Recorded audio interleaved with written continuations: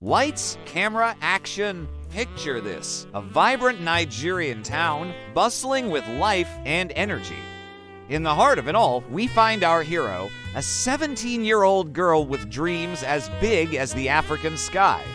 Meet Adaze, a tall, dark-skinned beauty with long hair that flows like a river of midnight. But don't let her looks fool you.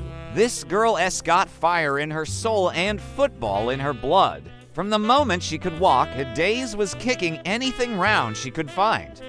Oranges, coconuts, even her mother's prized yams, much to Mama's dismay. She'd race through the streets, weaving between market stalls and dodging goats, all while keeping perfect control of her makeshift ball.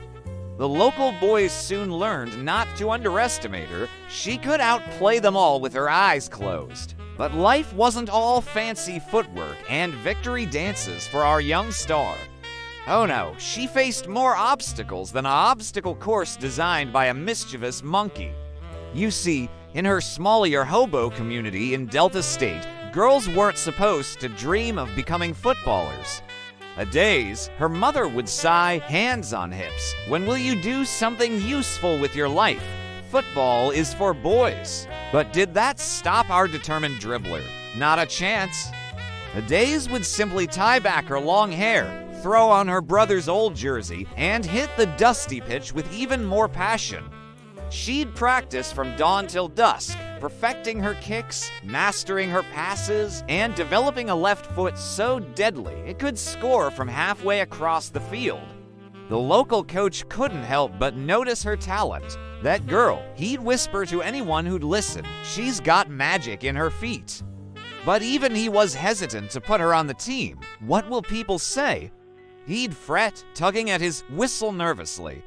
Adaze, however, wasn't about to let a little thing like societal expectations bench her dreams. She'd show up to every practice, rain or shine, outperforming the boys and leaving them in awe of her skills. Soon, even the most skeptical teammates couldn't deny her talent. She's not a girl. They'd joke she's a football goddess in disguise. As word of the football phenomenon spread, so did the criticism.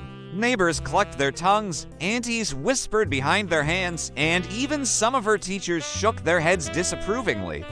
A girl playing football, they'd scoff. What next? A goat reading Shakespeare. But for every naysayer, there was a supporter cheering her on. Her little sister would proudly wear Adi's number on her back, strutting around the village like a miniature mascot. The local shopkeeper would slip her an extra orange after practice, winking conspiratorially. And her father, though he rarely showed it, would beam with pride every time he saw her play. Then came the day that would change everything. The National Cup was coming to town, and teams from all over Nigeria would be competing. Adi's heart raced at the thought. This was her chance to prove herself to the world. But disaster struck on the morning of the big game. The team's star striker fell ill, leaving them one player short.